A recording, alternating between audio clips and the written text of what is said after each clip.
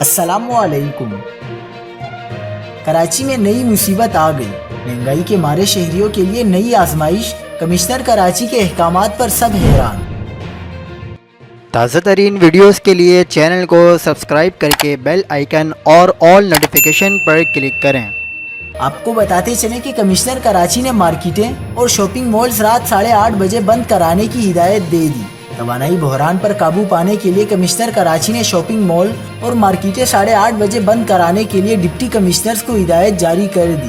وفاقی حکومت کی ہدایت پر کمشنر کراچی نے تمام ڈی سیز کو خط لکھ دیا ہے۔ کمشنر کراچی نے ڈپٹی کمشنرز کو مارکیٹوں اور ریسٹورنٹ سے متعلق نیا حکم نامہ جاری کر دیا۔ کمشنر کراچی نے ڈی سیز کو ہدایت کی ہے کہ شاپنگ مالز مارکیٹیں 8:30 بجے بند کرائی جائیں۔